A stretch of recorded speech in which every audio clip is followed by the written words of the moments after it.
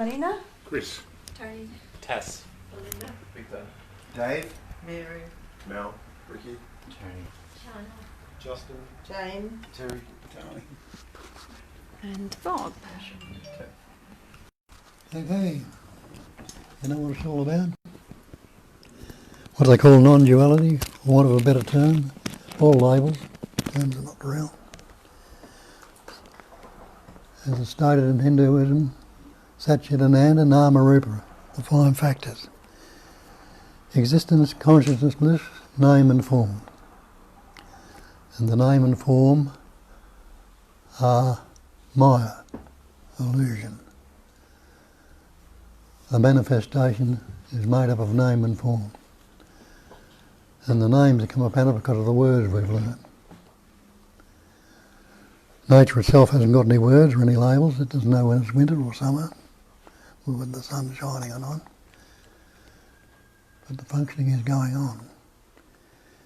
Existence, there is existing, spontaneous existing going on right now. Anyone who is not existing. Nobody can say I'm not existing. Any consciousness or knowing, anyone who is not knowing.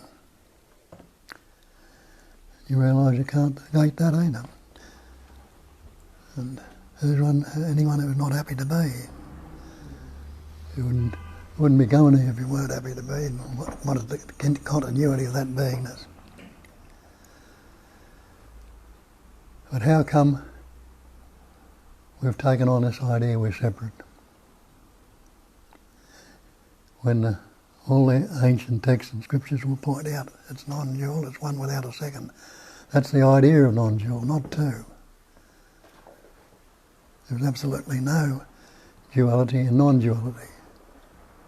There's no duality and there can't be any non-duality either. So they're all just labels.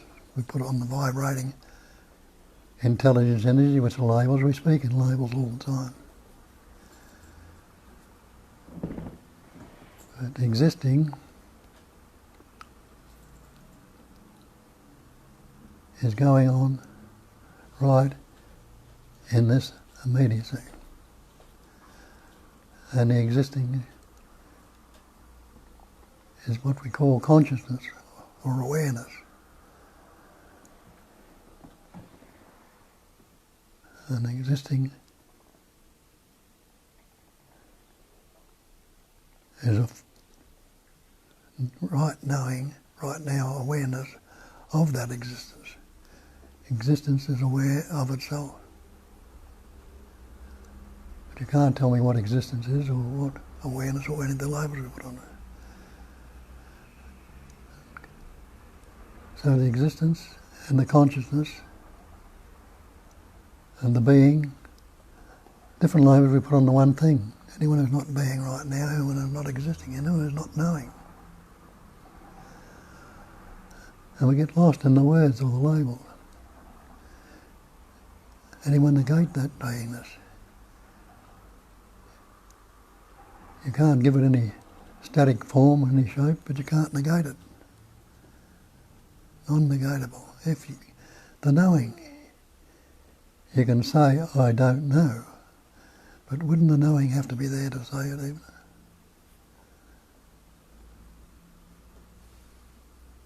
So there was no one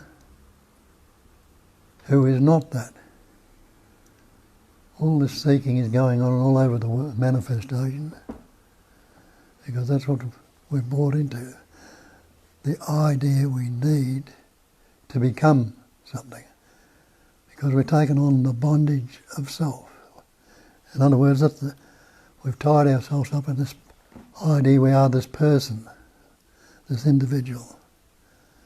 And they tell you in the ancient language, came from persona, the mask. And what's the mask made up of? Concepts, words, ideas. So we've got this conceptual image of what we are. And it has become what we call the person, or believed to be the person. I am that person. Instead of I am the bare existing itself.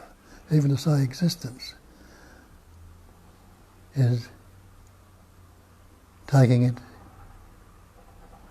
away from its actuality, just the same as seeing or hearing or the seen.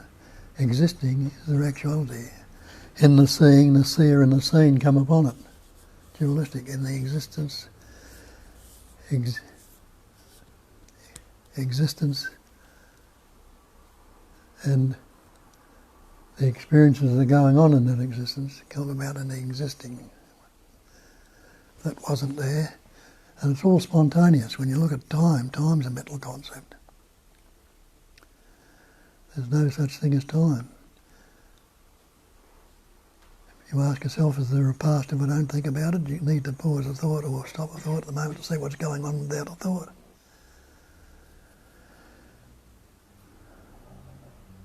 And is there a future? And you can anticipate and imagine the future, but you can't live a moment in the future. And when you look at, go back and try and live a moment in the past, you realise you can't live a moment in the past, but you can recall the past. From memory you can recall it. And the only actuality you're giving that past is when you're recalling it right in this moment. So it, even to call the moment is not correct. So everything is going on in this immediacy, this actuality, this spontaneous functioning. This is where the living, the being, the existing, experiencing, tasting, touching, smelling is going on, and it's all transient. It's all constantly changing. There is nothing static about it.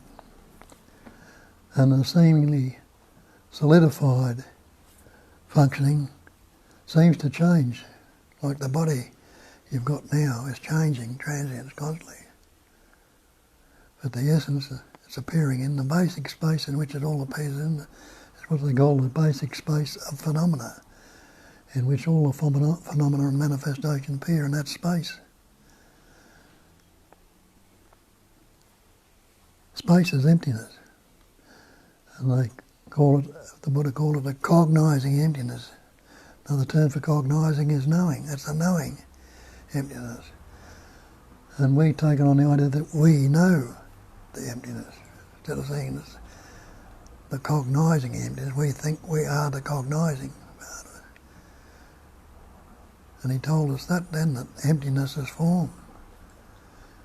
It is this space like that pattern shapes and forms vibrate and appear on or in, whatever way you like to call it. And the form, he says, can be nothing other than the emptiness. So, though there's seeming solidity here, substance there, naturalness, and out there, things are seeming to be solid, they can all be broken down when investigated. And in the breaking down of them, you recognise what we've taken to be real and the actual is false. And then in the investigation, the false cannot stand up to that investigation. And what must you finish up with? What you've always and never been. The spontaneous emanation. It's emanating spontaneously right in this moment. Hasn't got any beginning, hasn't got any end. The body has seemingly solidified, it's that spirit, if you like to call it, or essence, it's seemingly solidified into something substantial, which enables the mind, or the thinking, which is not as solid, it's only conceptualising, to appear through or express through.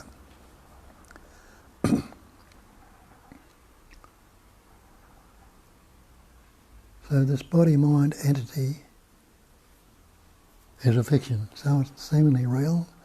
What are you going to do about it?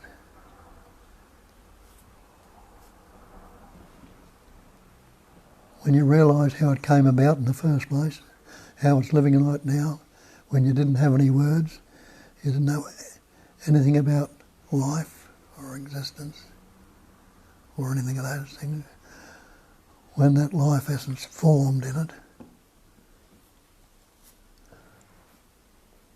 and as a little embryo, a little fetus, and now you're formed into this solid substance, seemingly person that's grown you and lived you and expressing as you all the time, all the way through that, all the so-called time. Every moment is spontaneous, fresh and new. Life is constantly transient and changing. But we've taken on this belief we are something solid, substantial, formed the conceptual image or entity, and that mental conceptual image has become the reference point, the self-centre or the ego, which everything becomes relative to. And relativity or relationship is duality. Me and the other is relationship or relativity. And so we've taken this image, which is now a mental image, a conceptual image, we've taken to be this body-mind entity that we believe ourselves to be, and suffer accordingly. And all the suffering, psychological, mental, physical and all the suffering that's taken place in this manifestation has come about because of thinking.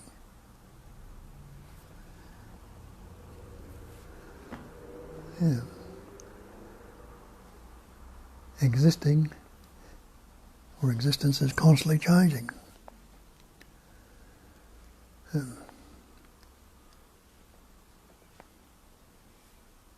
And so, for me, I don't know for anybody else with the so-called me, it was necessary to look into it. And I didn't do any of it, though I thought I was living my life and suffered accordingly. There's never been a moment that this so-called person has lived at all. Just like out there in the manifestations, things are appearing, patterning, shaping and forming, playing around for a while, expressing for a while and disappearing. So it is here. It came into this appearance or existence, and it's aging as it goes along. It's constantly transient and changing.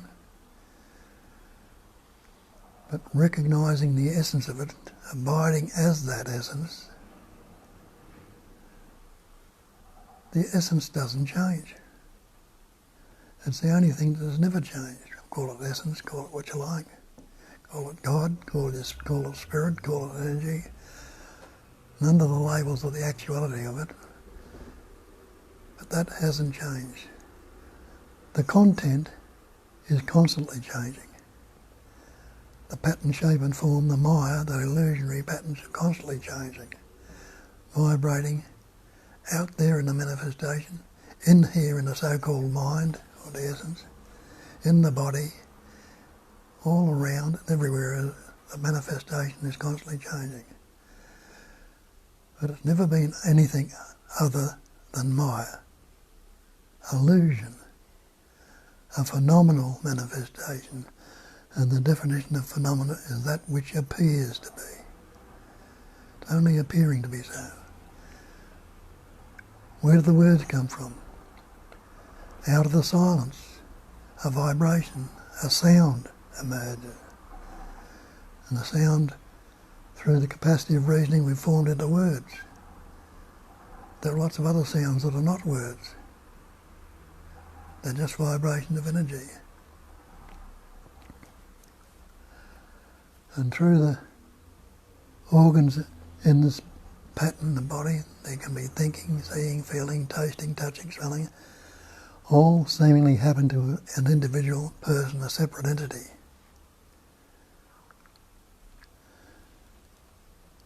But is there any one of them it is static? The only thing that hasn't changed is that sense of presence, which, with the label on sense of presence or the presence awareness. And there's nobody who is unaware right now. Everybody is awareness. But what that awareness is, you can't give it any static form or shape or anything like that. And it continually vibrates in different patterns, shapes, forms, which appear to be so through the eyes. The seeing is happening through the eyes, the hearing is happening through the ears. Translated by the thought I see, the thought I hear, the thought I am aware. All thoughts are words. Words are sounds, sounds are vibration, vibrations are movement of energy. So it's all the same, and it needs, that essence needs something to express through. So it expresses through these myriads of different patterns, shapes and forms. In its totality, it is emptiness, nothing. But the pattern, shapes and forms constantly change.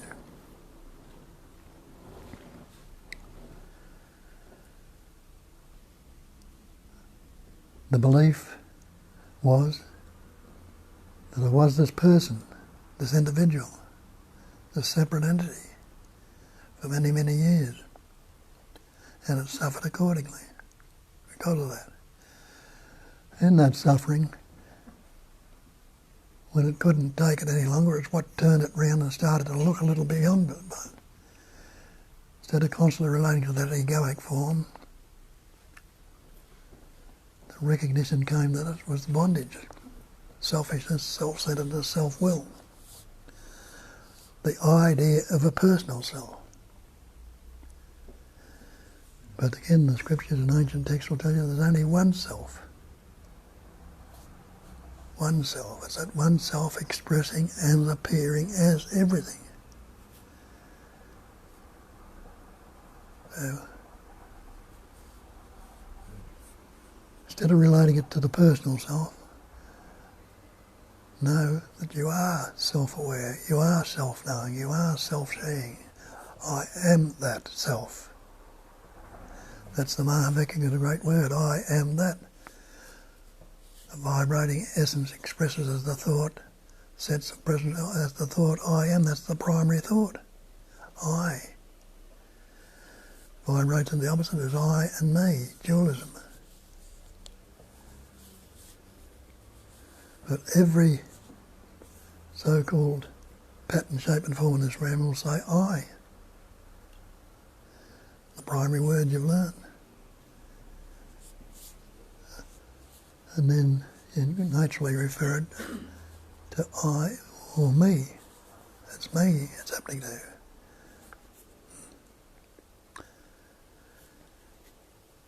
So within this investigation,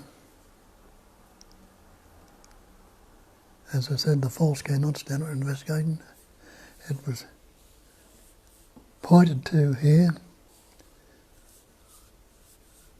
and many different ways, lots of ways I couldn't recognise it, couldn't see it. It took me to where it was needed, the me, this so-called me, to where it was needed to go to, where it was recognised. And there was a place the me didn't want to go, didn't want to be in it, didn't want to happen to. But in spite of the me, it did happen, just the same as it's happening right now. And then to where things I'd heard many times before but didn't understand what they were, they opened up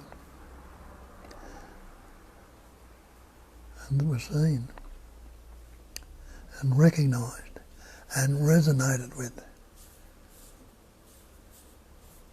and taken to be the real. And that's when life turned around and changed. The seeing through it was immediate, but the habitual patterns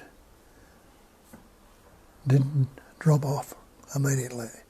But the intensity in seeing through them couldn't put the same energy of belief into them anymore. And as you went along further and further, there'd be less intensity going on when they didn't bother me at all. And they can still come up, and they will come up. You don't have to be free of thought. You can be free of thought, but not dropping all the thought as we think free of thought means. That's letting the thought flow freely. Don't fixate on the thought and keep it there. And there's no one, when I say don't, no one can do or don't do. But in the recognition, it'll naturally come about. And you'll say to yourself, I don't need to go there. There is no need to go there, so why go there? Thoughts can be utilised, some thoughts can be utilised, but most, being a vibration, it'll always vibrate in the opposite, and other thoughts will be self-destructive, and it's the thought that I've been in bondage to, the so-called I. Still utilised. And just like the metaphors of the blue sea, go down to the ocean, I'll say, get me a bucket of blue water out of the sea, you'll see the sea not blue.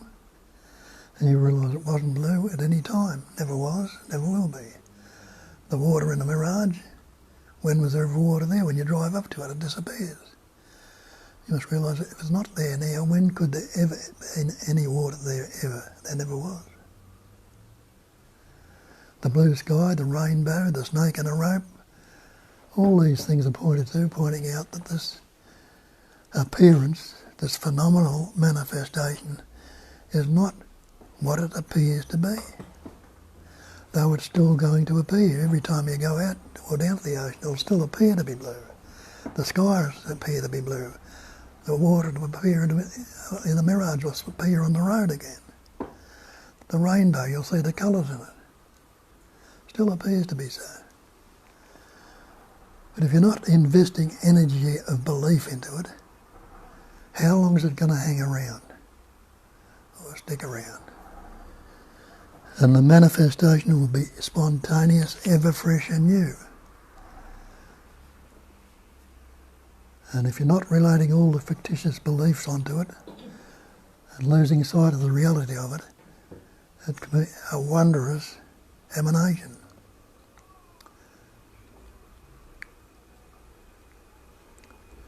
An amazing and wondrous emanation, way and unfolding, and all unfolding by itself. It's important that you look into this me. For me it was, whether it is for you or not, I don't know. Knowing for certain, I know for certainty that I'll never find the answer in the mind. And I quit looking there. I don't bother going into it, though all these new ideas having on up, neurotherapy, all other sorts of things, psychotherapy, this, that, and the other, come up, all looking for answers in the mind. They can help to a certain extent, but they'll never take you home. Because the answer is not in the mind. It is the nature of the mind to vibrate. And how often have you seen that? Something's come up and I've recognised this and that's good. But the but races away again into another thought. And then another but, or what if, or how, or why. Who wants to know? The conceptual image that you believe is the me or the I wants to know. And what you know is not it. It is the knowing itself that explain and express in the right understanding or recognition of yourself without some conceptual idea on it, I've got it, or I understand it, or I am this, or I am that. That's still not out of it. And you hear that quite often, I saw through the me, but it came back. If you saw through it and it doesn't exist, you realise it never existed, how could it come back? Only because the belief was taken on again. And I tell you, belief is not the actuality. Look in the dictionary and look up the definition of the word belief. An unquestioned acceptance of something in the absence of reason. Acceptance of an alleged fact without positive knowledge or proof. And when you investigate, and it comes about that the earth is not flat, the reasoning tells you it never was flat on the blue sea. The reasoning can be very useful in working a lot of things out.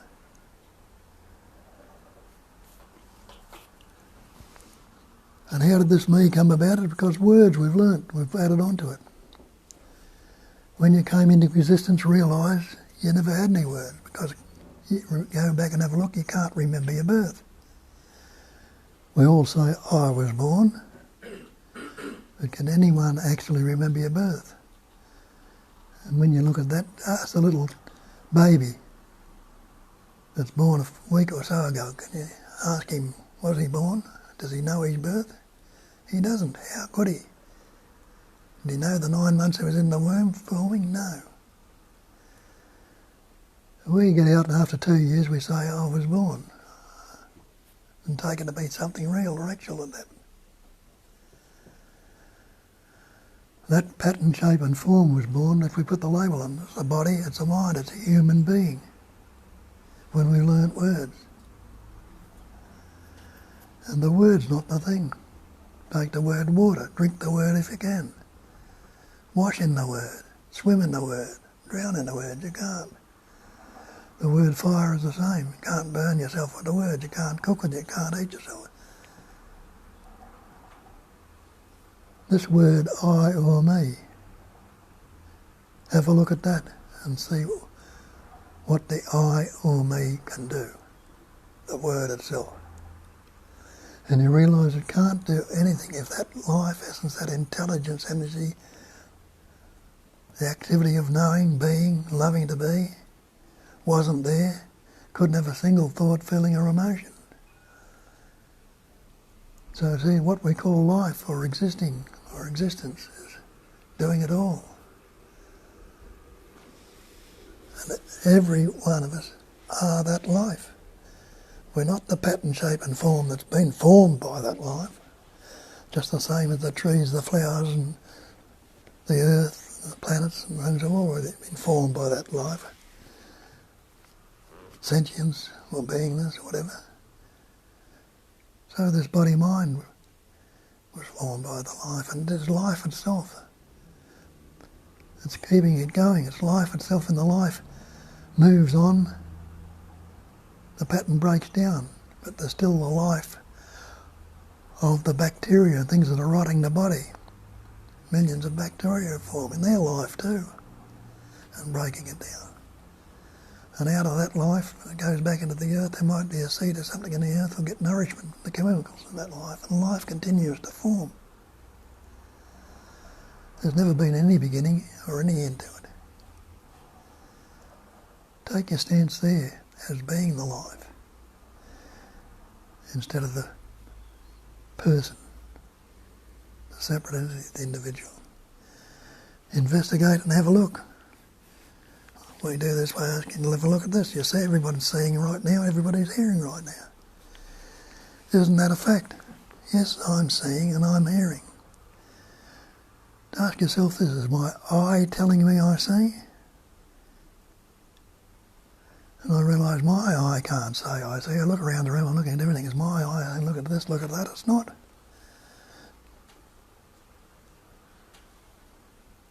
Head's moving, and it's taken in the recognition or realising of it a moment, and the thought comes up. I see. My eye's not saying I see, but the thought comes up. And when the I see, it's not a pure seeing, because now it's got this I see, this conceptual image that I've formed. Me, Bob, the entity, the individual, I call I or me, instead of seeing it as pure, what is it? Being. Pure being or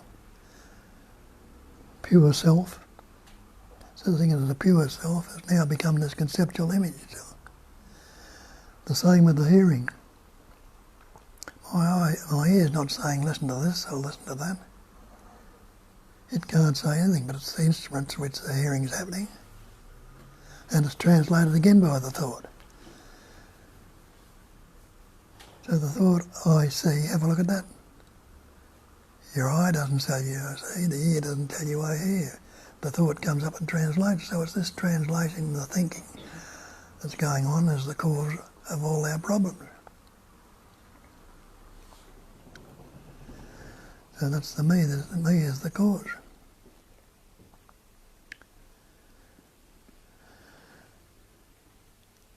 So, the thought I see, can that see? and you realise the thought I see cannot see. The seeing is happening and it's translated by the thought I see. And it's that thought up entity that thinks it's seeing. The hearing is translated by the thought I hear. And the individual so-called person, which I've got put the eye on, is the eye on me, thinks it can hear. There's nobody who is unaware right at this moment. If you're not unaware at this moment, when was the moment when you weren't unaware? You look back and say, shit, no, I've been aware all the time. You think the awareness is changing. It isn't. And you think, my awareness, I'm the awareness, but that unawareness doesn't need a me or a label on it, which you know it is aware. You can't say you're unaware. So unaware or aware is translations of it. Another way of putting it is knowing or being. Different labels on it. Existing. Can you negate any of it? You can't. The ing on it is not functioning. When we put the I or me on it, we've divided. Thinking is happening, I think. Who thinks? Me, Bob, the entity, the individual, the believed in person. If I haven't got that label on, who's thinking? Thinking is just happening, and it's happening spontaneously. It doesn't need a thinker to think a thought, or a feeler to feel a feeling. They're happening spontaneously, but it's translated into the thinker and the thought, the seer and the seen, the feeler and the felt, the experiencer and the experience. Translated dualistically. But there can't be a seer without seeing. There can't be a thinker without thinking. There can't be a feeler without feeling. There can't be a me without the beingness or awareness. Awareness of that beingness is so-called bliss, is happiness. Awareness is the being, knowing and loving to be, that's that shit and that's different levels of order is going on. When you can't get any of the labels in it, without any labels, you can't say there's anything wrong anymore. So that's what we point to and ask the question, look along those lines. Have you got any doubts or questions? People have seen it there, know it. Some of you might be a fair way along the line, some of you might be so far, if you think there's a fair way along, there's no way, it's no distance to it. Anyway, tell us about it. So open up. Here. My mind is not as good as it was. I forget things, can't express them in a way to it. But there's enough there to hang on to if you want it. Clear as a bell. I said it's clear as a bell.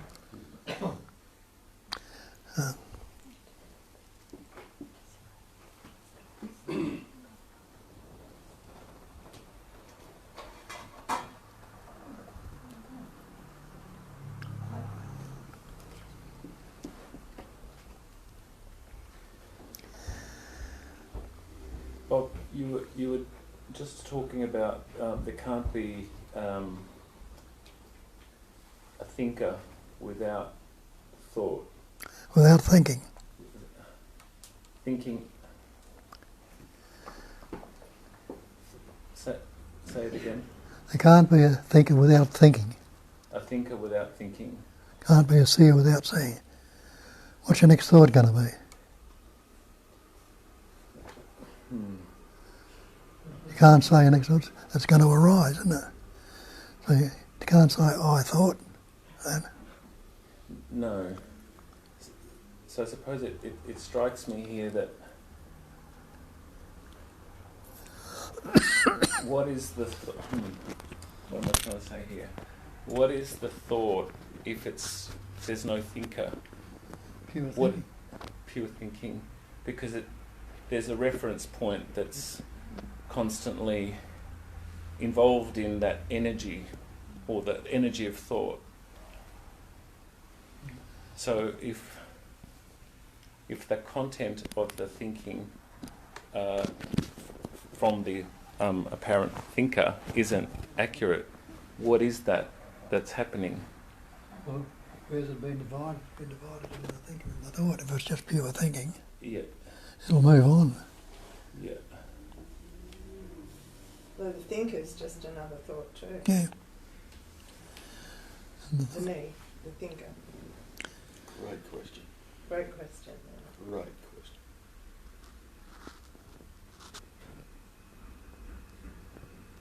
I found out that for some people it was helpful when I was explaining that analogy. It was helpful to see it as a field. When Bob is talking about seeing, the process of seeing is one singular process. It's almost like a space of seeing, a field of seeing.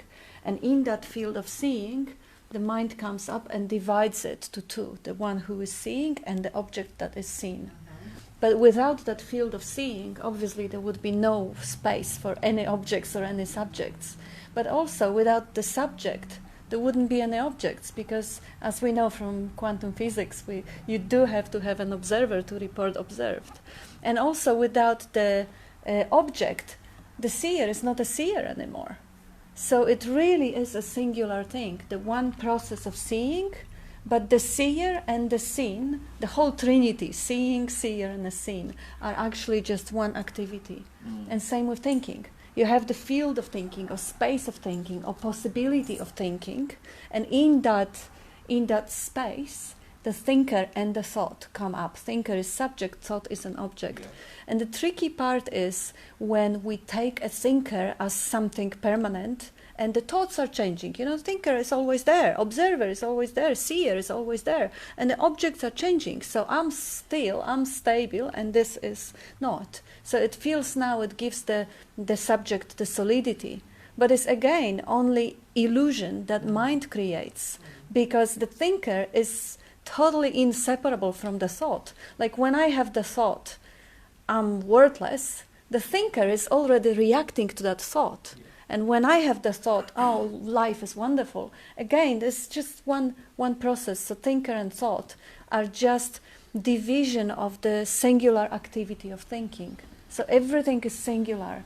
The seeing, I mean, it feels like diversity, like there is a space of cognizing emptiness, and that cognizing emptiness filtered through the body-mind machine, through this biocomputer, it splits into the space, cognizing emptiness, into a space of seeing, space of hearing, space of thinking, space of sensing, which would be the skin, or a little bit around it.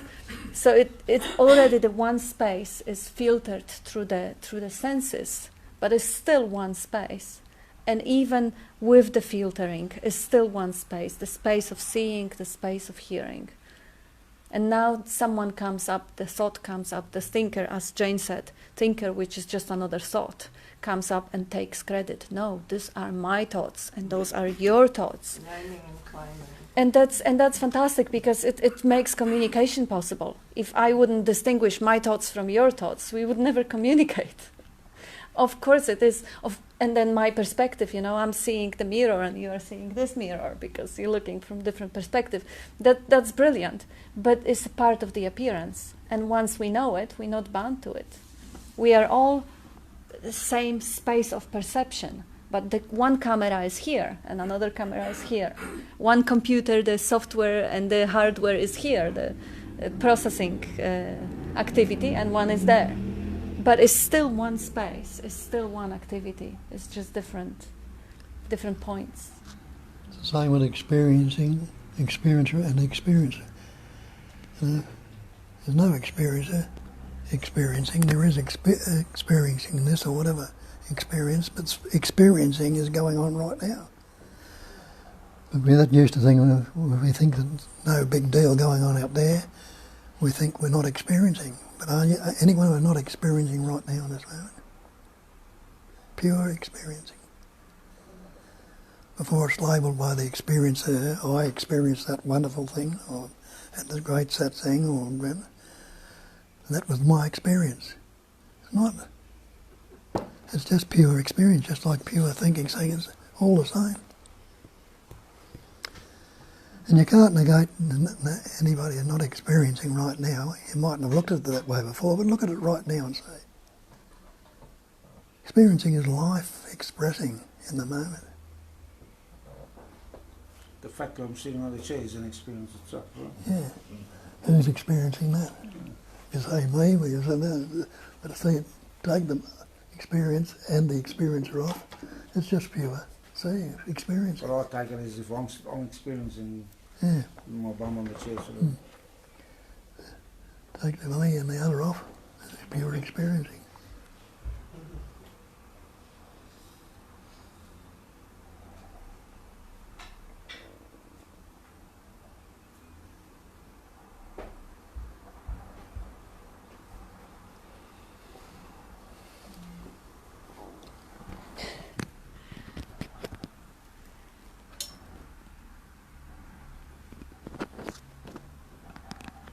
So when you say experiencing and seeing and everything just happens,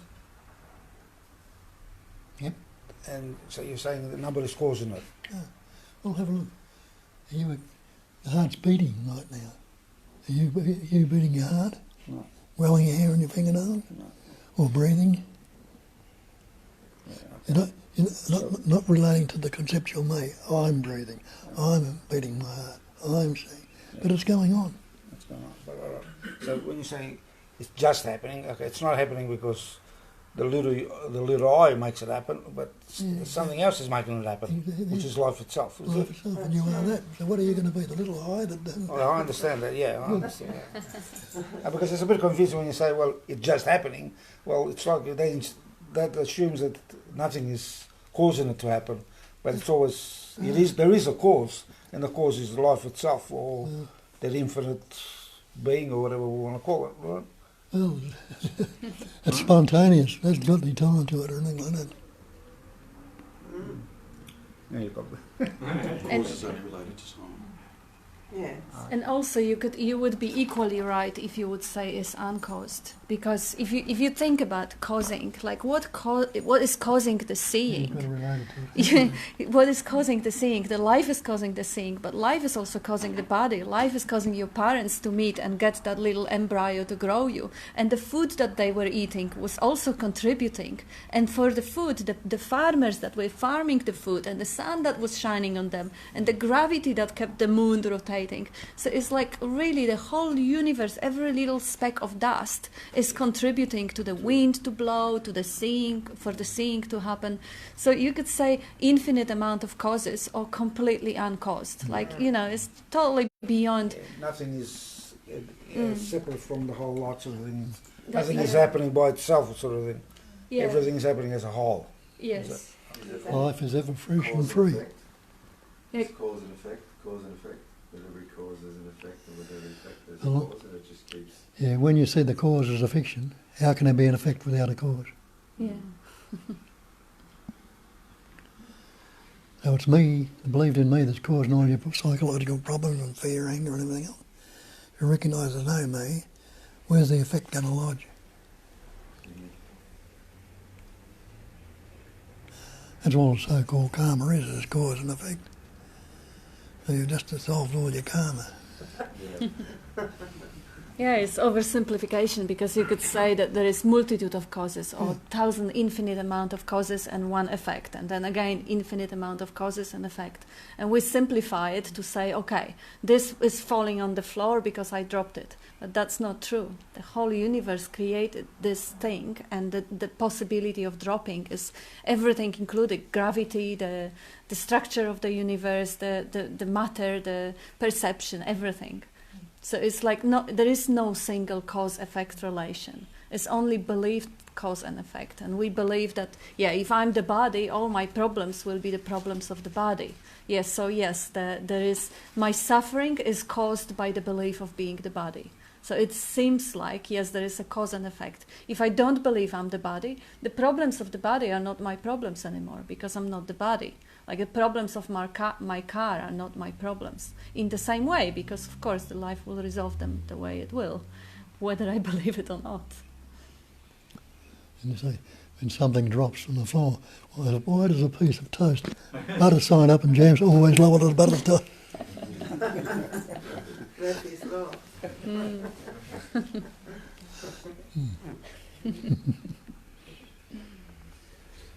Yes, it's incredible really the way you explain it, Kat. And yet this little me takes ownership of things. I mean, it's mind-boggling really, isn't it? It is. When you think what you just explained is just so beautiful and so all-encompassing, and yet the me goes, oh, but it's me doing it. It's like pathetic, really. When you see it, it's so pathetic. Yeah, no humility. No humility at all, but I did it. I got it wrong. Oh, look at me.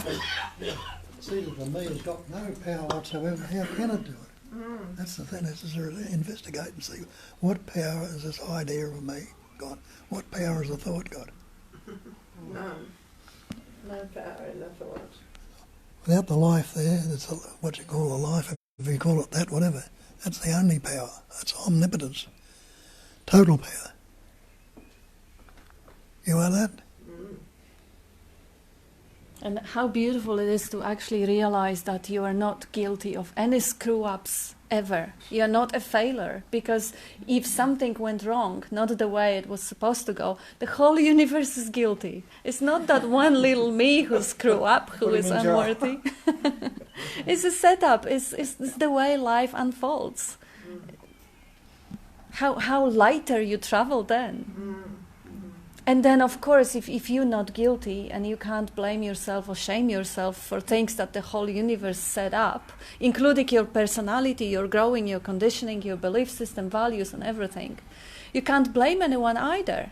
Because if you are not the doer, neither are they. And then now try to live the life in which we are not only non-stop judging everyone and fitting into and going into somebody else's business to tell them how much worse they are than you are. All that mental noise drops off. It's not necessary anymore. Yes, okay, somebody's an asshole, but it's not their fault. It's the life created them this way. It's like I've been pleading this. As long as you don't use it, as long as you don't use it to your own ends. That's the problem, isn't it? but how can you use it? No, you The can't. whole You universe will use it. No, I know, but yeah, some people think when they've got this that they can just, yeah. I heard I'm going to tell you a little story that I heard. And it's someone that read the Indian, what's it called, Bhagavad Gita? Advaita Gita, yes. Yes. And he thought, well, I'm not the doer, so I'm not responsible for anything. So he robbed a bank, so I'm not the doer. So he got caught and was taken to court.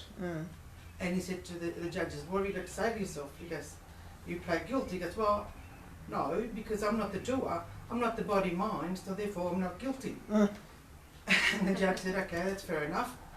I'm not going to put you to jail, I'm just going to put your body and your mind into jail. There you go. Yes. Yeah. And you can do the 5 years. Yeah, apparently the fact that you are not guilty of your screw up, it doesn't mean you are not responsible for the consequences. That's right. This one is unavoidable. Like, you know, the fact that the pedophiles and murderers are not guilty of their things doesn't mean that we should let them free and they won't be isolated. Of course, people, you know, the society is self-organizing. It will give you a thought. It won't be your thought. It will be a life giving you a thought to create the system, the justice system, which is again self-organizing. It's not perfect. It's just life flowing. It may get better, it may get worse, or it will be changing anyway.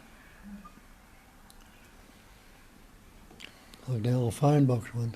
Oh yeah, I tell love us that about one. I this love one. that one. Yeah, that's a good one. A fellow was talking to me years ago. He's in a phone box here. I was up in the bush, and he says, "Listen to somebody." He says, "Well, if that's the case, I won't do anything." I said, "Okay, try staying in the phone box." He's not there today. So doing happens, seeing happens, hearing happens, all functioning goes on, all spontaneous and natural, effortless. And also, if you haven't been a doer, like recognizing that there is no personal self, it doesn't mean that, okay, right now I got that knowledge, so from today on I stop doing. No, there was no personal doer yesterday either. Whether I hear about it or I don't hear about it, there is no personal doer. So whatever I've achieved throughout my life has been done by life, not by me. I only took credit for it, and from today on I will stop doing it because it doesn't make sense anymore. I can't believe into it anymore. But it doesn't mean that everything I've achieved so far was my achievement. It was, again, the setup. I didn't choose my personality. I didn't choose my motivations, my desires, my dreams, my drives. Life has created it by everything, by society, religion, parents, schools, everything. So you can stop taking credit for it, but you can't. Yeah, you can't see. You can't will stop be. Yeah. what's happening, so it's still happening. Absolutely. It's just like, if you are a dog, you're going to bark. If you were a parrot, you're going to be parroting, or monkey, whatever. I mean, every personality is unique. You are a musician, you're going to create music. You're an asshole, you're going to stay asshole. I mean, whatever. I mean, necessarily. well, yes, certain patterns do drop off because a lot of being asshole comes from suffering. Like, it's not really many people who would want to hurt someone if they don't suffer. People who are happy and who are content with themselves, they'd rather spread happiness. They share, they radiate happiness. So being an asshole comes very often from suffering, and suffering comes obviously from identification with the me and preoccupation with myself, the self-obsession. So part of those patterns naturally drop, like also wanting the attachment and desires, they don't drop overnight, but slowly the investment is the attention doesn't go there anymore because the belief doesn't. And then you see that there's not the same reaction there used to be, or there's not the same, the pattern just drops away and you think, wow, that's amazing. Yeah. I didn't do anything. It took me a while to make sense of your answer to my question. You could see the cogs turning, Gaz. The cogs were turning, and it makes sense now that the pure thinking, the pure seeing is happening. The content of it is subjective, and I suppose I was attached to the content. Thinking that was the thing. Personal. Yeah. Whereas, as you say, it's like it depends on the viewpoint. What you're seeing and what I'm seeing varies, but we both see. And it's both impersonal. Yeah. There is the saying, yeah. So there just feels a bit more distance from it now to just watch it, rather than investing and trying to change the content, not being driven by it. Yeah. Yeah. I love that analogy of the railway station. It is. I can't help it.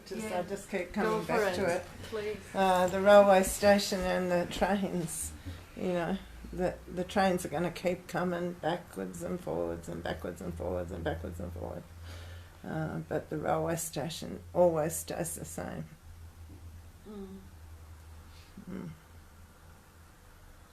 And the doing also happens. I mean, the changing environment or changing yourself also happens. It's not that because it's impersonal, I don't care anymore. I mean, it's still, actually, if the more energy, the more freedom you have, the more you actually care. Yeah, you see someone falling on the street and you find yourself giving them a hand. And the change is inevitable. It's something that is always there. So you're looking at things, and instead of getting involved and having a judgment about it, this is wrong, this is happening to me, and I've got to fight with, or whatever. Now, the same thing happens, but there is no story about me. And the same activity happens, but there is no story about me. And without the story about me, a lot more energy is available to actually deal with the situation. Yes, because everything's spontaneous. Yeah. I sort of think of myself, even though there is no self, as a responder. Or the responding, not as a responder, as the responding rather than the responder. You know, because when you're open, that you're open to the responding to what is. But when you're, you know, caught up in that egoic, illusory persona or me, you're responding from a past memory of yourself. Yes. You're not responding spontaneously. It's like you get out of your own way. Get out of your own way, yeah.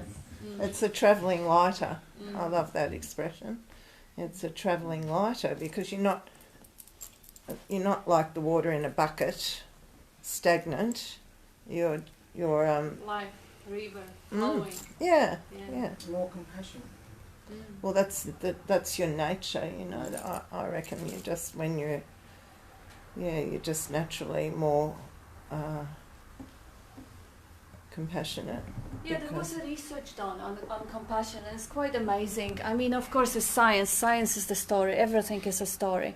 But it has been proven beyond doubts on many, many different sets of thousands of students that if you have time and you have no pressing problems and you have no self-obsession or fear of survival, you are compassionate.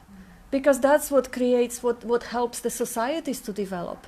So it is something that nature has promoted. But of course, if you are busy and you are suffering and you have no time and your life is threatened, then yes, you bypass someone who is bleeding themselves to death and won't react. And it's a lot of experiments like this. Like, yes, the compassion is our nature, and it is obscured by the story of me having no time, no... Buddhists are well known and to be the very compassionate people on the planet. Buddhists. And it's been scientifically proven, apparently. There's a part in the brain where it actually shows the compassion side, and they've got more than anyone else. Label they have. If I'm talking about human beings. One of the labels the Buddhists. Hang on, Bob's trying to say something here. One of the labels the Buddhists have on it, they call it the Great Perfection. And they say the Great Perfection is non-conceptual awareness. Great Perfection, or absolute, is one and the same thing, you know, is non-conceptual awareness. Awareness without putting any concepts on, any labels. Now, you look at that, and you realise, you look around the room, as soon as you come in this room, you form a concept about everyone. Might be very subtle, but this one, so and so, and they'll form a concept about you, and you'll have a concept about yourself. Which concept would be right? No. You could have yours. It's only to you that. When you realise the concept, all the concept is a mental construct, a thought up. In that same vein, Bob, in that same vein, it came to me the other day that I know everything. I know everything. There's nothing I don't know. Even I know I don't know. So I was just going to say, do you know that? So I know everything. Well, it's not you that knows. That's right. Yeah. It's the knowing. Yeah. It's the knowing. It's egotistical if it's me. But it's the same thing, you know. If not, you have no concept about them, they have no concept about. They have a concept of you. Which concept would be right? His. Mine. Yes, We already said Well, taking a concept to be a mental construct, there's no concept that can ever be right. So who can ever be superior to you without a concept? Who can ever be inferior to you without a concept? And what would you want of the other persons without a concept? You don't think, oh, they've got something I want or I need, or I like this or I don't want that. Cancel it all out. That's the absolute or the great perfection, non-conceptual awareness. You're still not unaware when all that's going on.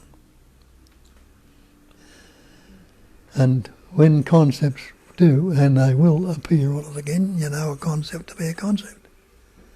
You're going to fall back into it after a while. We're going to leave it be. Yeah, because concepts will appear. Bob still has a concept. I bet he's got a concept about that cat stretching on a carpet. Evil cat. There you go, concept. But but knowing it for what it is, it doesn't really. It's not a reality anymore. It's not a truth anymore. Mental construct is mental construct. It's a projection that we put on the pure seeing, hearing, tasting, touching, smelling. And that's the nature of the mind. It is, so we can enjoy it. We can enjoy concepts coming up, coming and going, just like sounds come and go, concepts come and go, thoughts come and go. And nobody's bound by them. They're just part of the landscape. The biggest problem I found is that even once Bob says the answer's not in the mind, the first thing you do is go back to the mind. Because it's just that, it's obviously that. But the thing is, you don't realise for a very long time, and I know time doesn't exist, that you're actually doing that. Mm. You don't realise you're referring back to the mind because you say, oh, okay, yeah, that makes sense, and then you've spent all this time back in there trying to solve it. Yes. Foiled again. So how do you get out of it? Stop. And The only thing you can do is just recognize the activity. for what it is. Maybe it will stop, maybe it won't. Yeah, it's nature. Yeah. You don't even, that's the thing, you just don't realise you're doing it. That's right. Yeah. And that's because you're lost. But it's great when you see it. It's quite funny. It is. Because once you see the activity of the mind, where are you looking from? You're already beyond the mind. Yeah. Tess. Oh, I got you. There was a gap. There's a couple of things that came up. There's a couple of things that came up when I heard you asking those questions. One, the thinking that happens, the content of the thinking that happens for Tass today, where Tass seems to have arrived as a person today, given your history and how you've moved and evolved and so on and so forth. So that content of, and I'm just talking about thoughts, I know you're fully aware of that, but bear with me. That content that is experienced today, has that content over time, if we go back in time, has that content changed?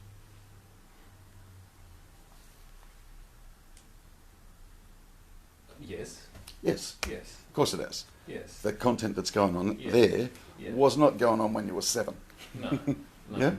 So it constantly changes, doesn't it? Yeah? Okay.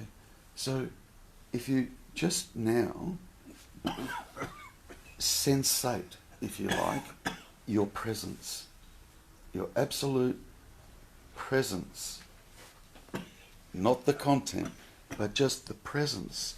If you can sensate that and then ask yourself the same question, has that ever changed? Beautiful, beautiful. Always stays the same.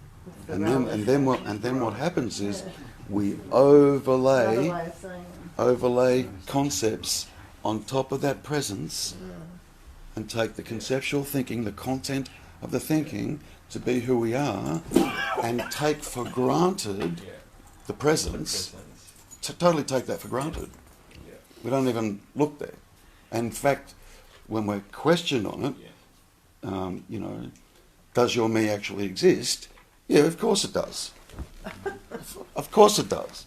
Because of that presence that's always been there. Yeah? So one of the tricks that I saw is that this conceptual me, if you like, or the idea of self, the reason it feels so solid and the reason it feels so, I'm talking about the me, the reason it feels so real and the reason it feels so here is because the me thinks that it owns that awareness, that presence. And it's assumed that a long, long time ago, when we were quite young, and assumed that a long, long time ago, and hasn't questioned it since. No question. Just Yeah, of course I'm here. Yeah. Of course I'm seeing. Of course I'm hearing. Of course I'm thinking. Of course I'm speaking. Of course I'm moving my arm. You know, whatever. So that you experienced a couple of days ago when you were at the pool, yeah, was that hasn't changed. That's who and what you actually are. And then, but we've been taught through conditioning and being a part of society and so on to believe that what we are is what goes on in here. And we're not even responsible for what goes on in there. Kat said it beautifully. Not at all responsible for what goes on in there. So it's all that ever changes is an idea. That's it. Thoughts, they keep changing. Yeah. So when Bob says, you know, you can't negate your own beingness, that's the point that I'm trying to make now, is if you go back in time, is there ever a point where you can say you weren't? I am not. And I'm not referring to the content, I'm not referring to thoughts, I'm just referring to that absolute being presences. You will find that there's never been a time back there where that presence has turned into someone else's. I'm now experiencing Jane's presence. That doesn't happen. Yeah, it's constant. So that the notion of a me that's seeing this, or a me that's becoming aware of this, or all of that stuff is crap. Again, it's just a concept. It's all of that communication, or all of that stuff, is still all contained in the content of thought, which keeps changing. Today you'll feel great, tomorrow you'll feel shit house. And nothing will have happened. Nothing will have happened. Just the thinking will change. And you didn't do anything to do that. Because what's it appearing on? It's that presence that's never changed. What do the trains coming in and out in the station on? The platform. That which is never changes is the one self. But as Terry points out, when you put it on myself, instead of saying that it's the one self, it's myself. We take it as a personal self. And that seems very solid and substantial because it's reinforced constantly. And that reinforcement, I think, is what there's awareness of now, that there's been almost like this ritualistic behaviour to maintain a memory.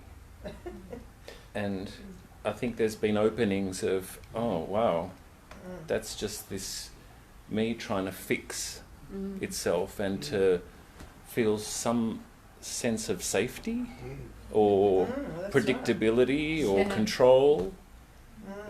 It's ironic. I've experienced on a few occasions over the course of my life, I don't know if anyone else in the room has, but I've experienced on a few occasions, maybe half a dozen, it was rare, maybe half a dozen times, where I've been so engrossed in what's going on in my head, and it was so bloody important. It was so incredibly important. I couldn't put it down, and there was no way I could shift attention away from what was going on in my head. It was bloody important. And then all of a sudden, I forgot completely what I was thinking about. It just left. And for just a brief moment, I experienced absolute relief and peace. It was like a microsecond. It really was, but I can remember experiencing it on a few occasions. Then the very next thing that kicked in was, what was that? That was so important. I've got to recall whatever that was. I can't remember what that, Yeah. You feel like you're losing yourself. Yeah. Forget. Yeah.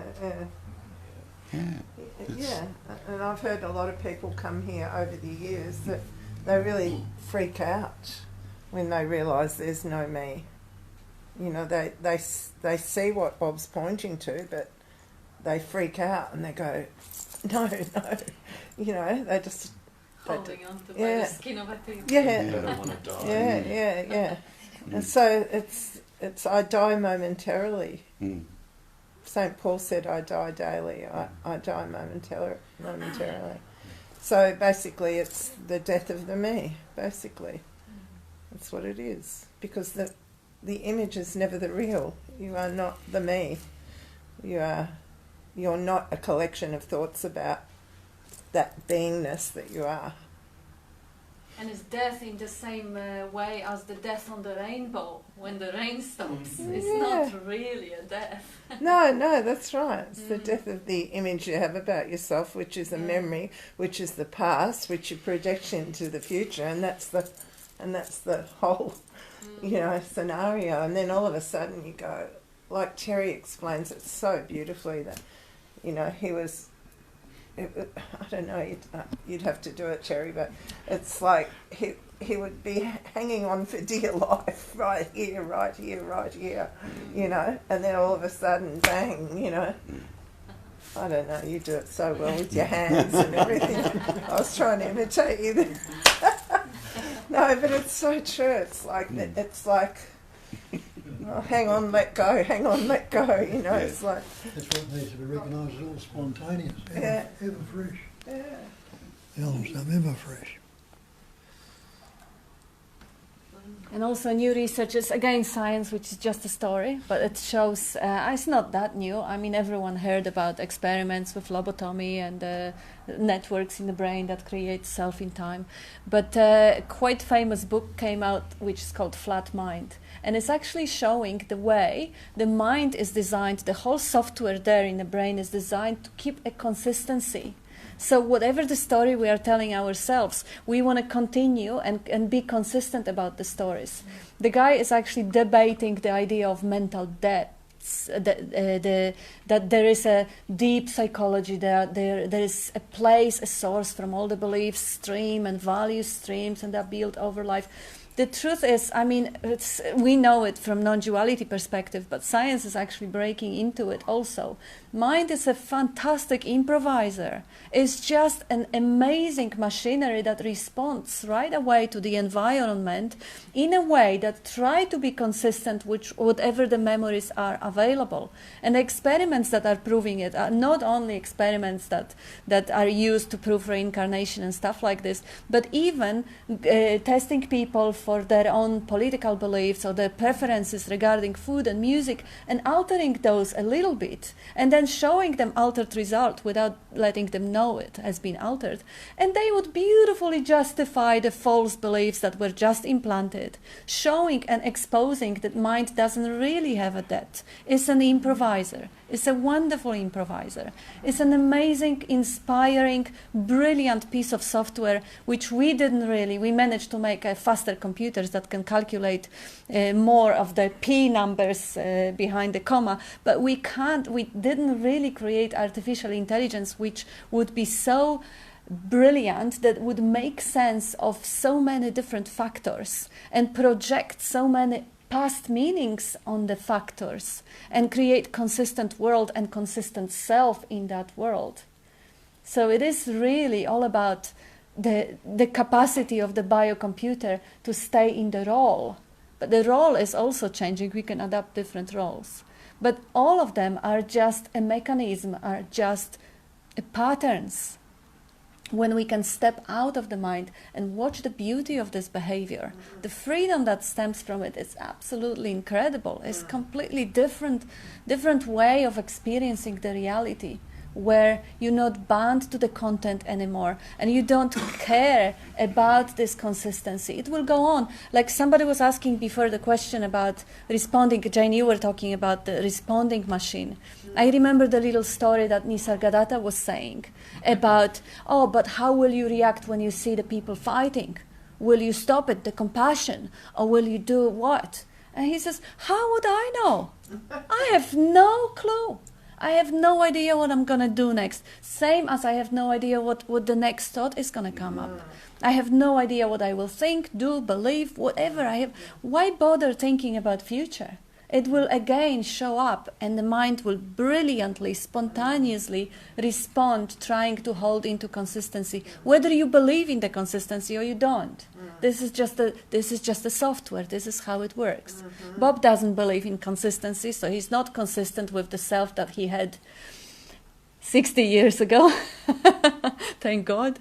A violent, crazy alcoholic.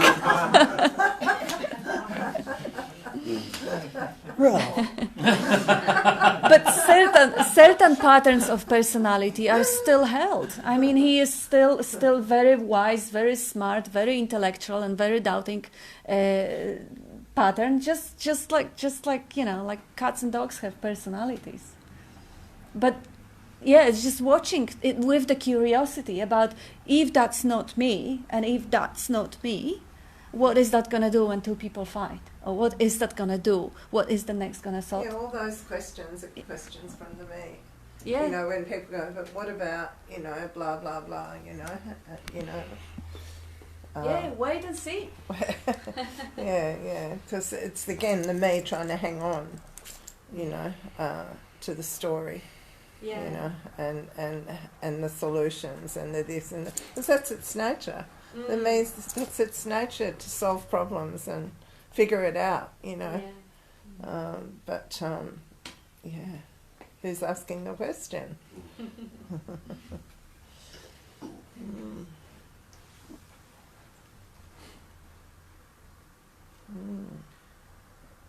So in a sense, it's like the old saying, just go with the flow. Yes, go with the flow. Whatever's happening, Yeah. again, not to do it. It unfolds.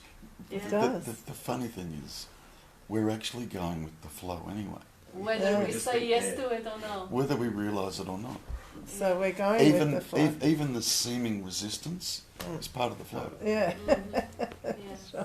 It can't be anything else, can it? No.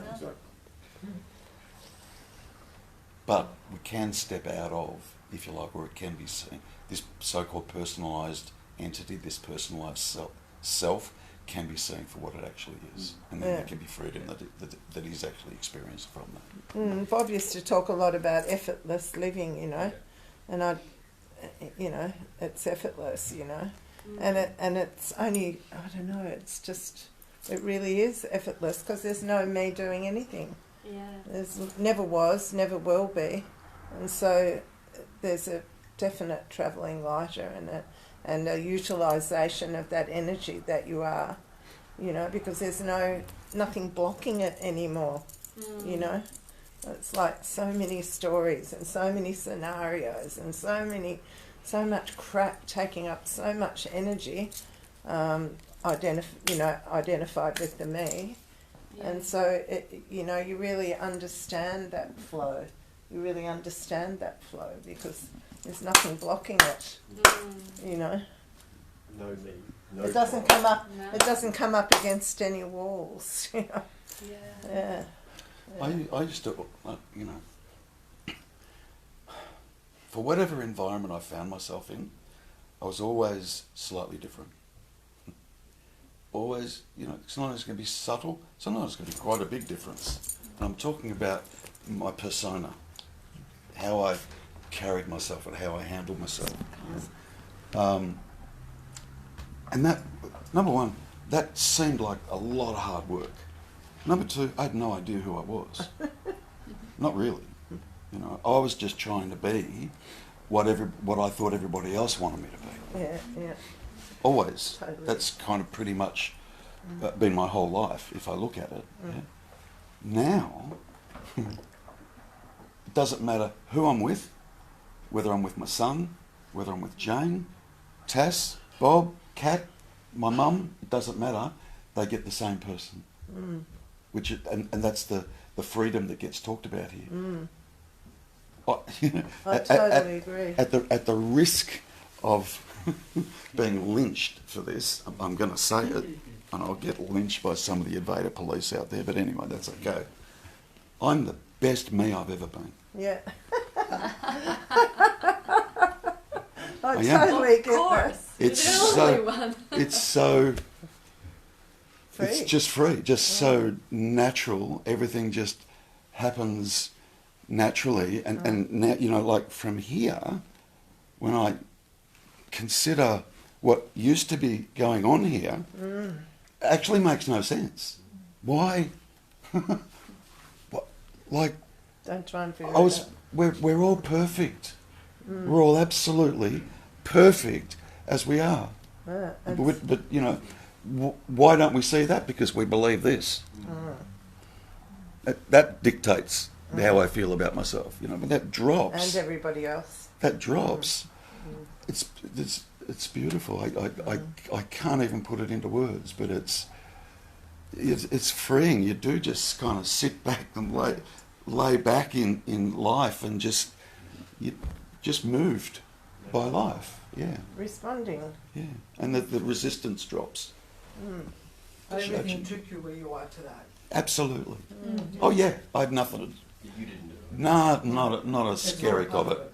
Not a scary of it. Yeah, that's just how I patterned. Well, this seemed to have patterned and flowed and. Nothing to do. Nothing to get it. Yeah. It's When funny, the time's right, everything happens. I did a public speaking thing a couple of weeks ago, and this lady said, "Oh, it's all right for you. You've always been, you know, very confident and articulate." And I said, actually, I haven't always been very confident and articulate. I said, this is what's happening now, but, you know, I don't think you would have wanted to hear me talk 35 years ago. And I thanked her for her comment as I left. I think she was like, oh, you know. But, yeah, it was interesting. But sometimes it may be like Teresa's best version of me. I would probably name few people who thinks that I'm the worst version of me, because I'm not people pleasing anymore, and I'm fearless. I don't care that they may not like it, and I stand up for myself. I used to stand up for everyone else, but not for myself. Relate to that. So things do change. How would they change if you didn't see through illusion? I don't know. But the truth is, the change is, well, people may believe that I'm the worst version of me and hate me viciously, but it doesn't touch here. It's okay. I mean, good on you. I mean, gosh, it's part of life. Not everyone must love you. No, that's right. And it doesn't That's a really very matter. freeing thing when you realise not everybody has to love you or like you. You go, okay, whatever. There's no you to love. Yes. Can't help bad taste. So Terry, all the belief in the programming, I suppose, is part of that waking dream you talk of, that there's you're asleep. So I know that in a few of the conversations we've had in the past where I've been so hijacked and believed that I've got to sort it out somehow in there and find it in there. There's been a real disconnect from the reality that's actually right, that I'm a part, that's there. Yeah. And so when those moments of waking up have come, and then I can hear the birds singing and I'm present, and there just seems to be more of that, less hijacked. It's so normal. Travelling lighter. It's so normal. It's so.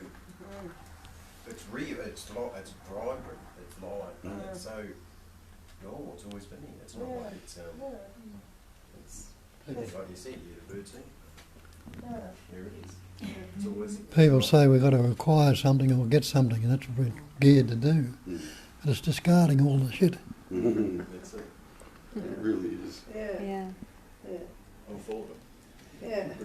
Here it is. It's a knowing who you're not.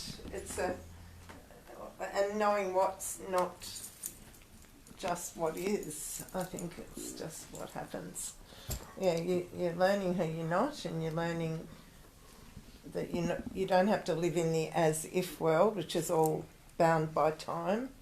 You're learning what you're not, and you're learning that you're in the as-is world. And a part of that as-is world is hearing, tasting, touching, smelling. That's happening right here, right now. And so the car going past, everything, attentive to what is. You're not in the story about what is not, you're in what is.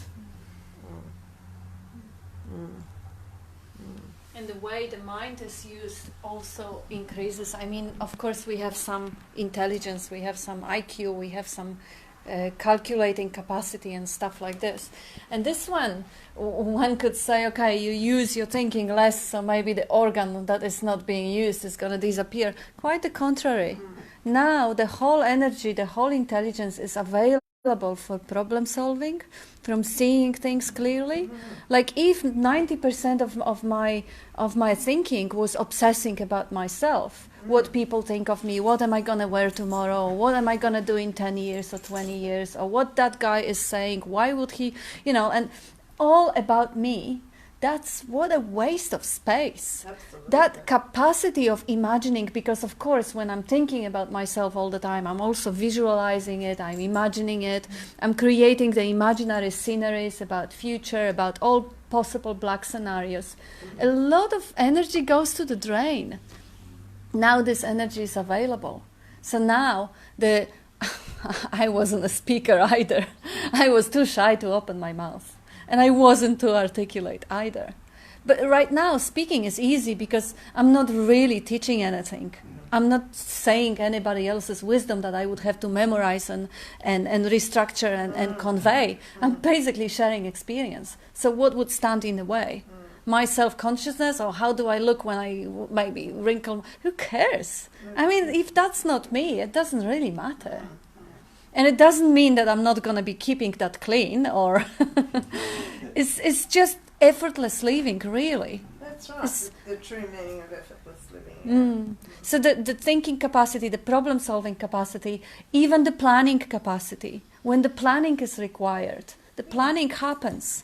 But I used to obsess about future all the time, and obsess to the point of madness. I would say I would miss out on life all the time because I was just next step in the future. Even traveling the world, because that was my job. I used to travel a lot. I was always in the next port, in the next situation, planning the next adventure. I remember my ex-husband. That was one of the reasons he is ex-husband. we were coming back from Canary Island from the diving vacations, and I say, "Wasn't it wonderful? When are we going again?" And he says, "You're not even home yet. You didn't even come back. You already want to go to the next one. Go somewhere else." Like I was constantly away from this present moment, and what a waste! The life is happening here. For the last 3 years, I haven't been traveling at all, and there is no sense of loss. I'm not devastated. I dropped off the career of which paid me amazing money for doing what I loved, and it's not there anymore. And it's totally no one who would be victimized about it. Quite the contrary, that's the best chapter of my life so far. I mean, it's not my life, but there's a life going on, and there is a book of life that could actually structure the chapters. This one is amazing. And it's getting better and better. Sitting in one place, sitting put, being obsessively adventurous traveler. Unbelievable. So things change. You've got good company though there, Doc. Oh yeah, the best. That old one, as a rule, a man's a fool. When it's hot, he wants it cool. When it's cool, he wants it hot. Always wanting what is not. Never wanting what he's got. As a rule, a man's a fool. That's so true. Yeah. I've got that on my I phone. never heard of that one before. Yeah. You could say the mind is full also. Don't trust your mind, and you'll be right. You got one for the women or not? Yeah, well, I've probably got to bring down another one to get Come on, shot. next week if you... Women are not full, you know. He's going to use another word for that. My grandfather used to have this beautiful saying. He used to say to me when I was little, it was, "Stay as you are, little woman. Let the world come to you." Beautiful. The other day, Mary rang me at work, and she was in the shower. She said to me, "I've got something I've got to tell you." And I was busy. I said, "Oh, I moved away."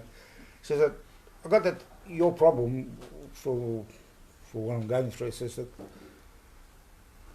"Was it that I'm afraid of losing my identity?" That's it. Yeah.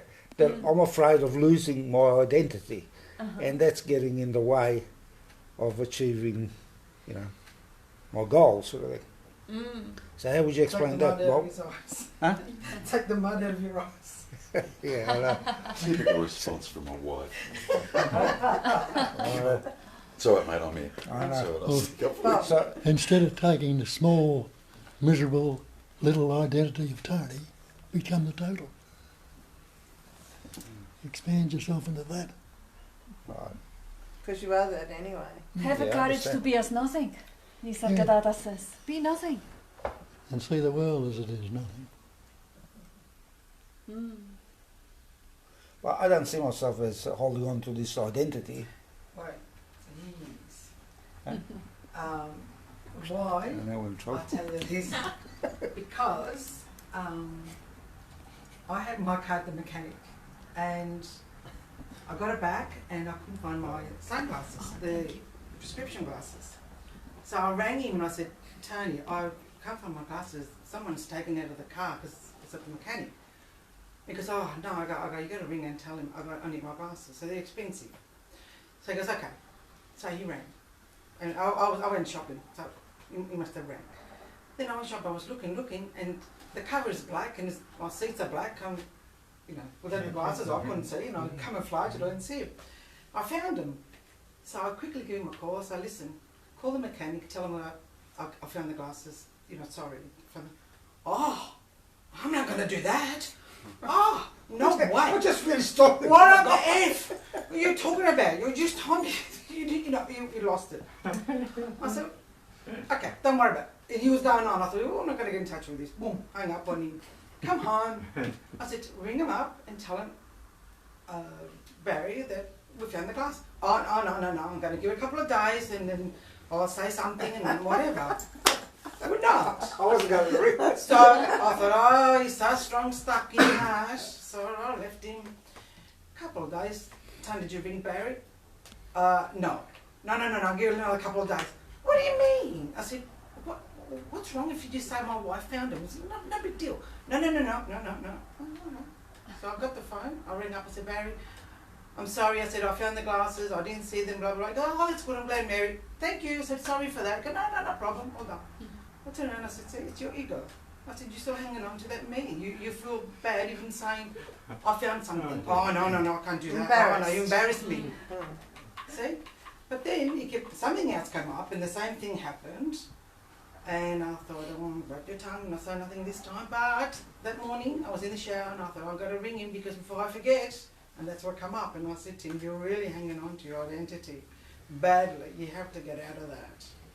And he's been dwelling on that. That's good to know, isn't it? It's good to know because he can't get rid of that. He can only recognize it and it will drop off or not. But you know what it is too? Because intellectually he understands it to a certain extent. Because he understands intellectually, he thinks he's got the pack. Yeah. But he hasn't. I love this public shaming. It's really, I thrive on it. Let's put him in the middle. Taz, I've had times where I've been depending on his support. I'll tell you this, and he hasn't. He's been like cruel in one way. But you know what? Later on, I thanked him because if he hadn't been like that with me, I wouldn't have snapped out of it. Yeah. Sometimes you've got to be cruel to be kind. Well, I've got some things to say about picture. I'm going to leave the room. I better close it down before we get to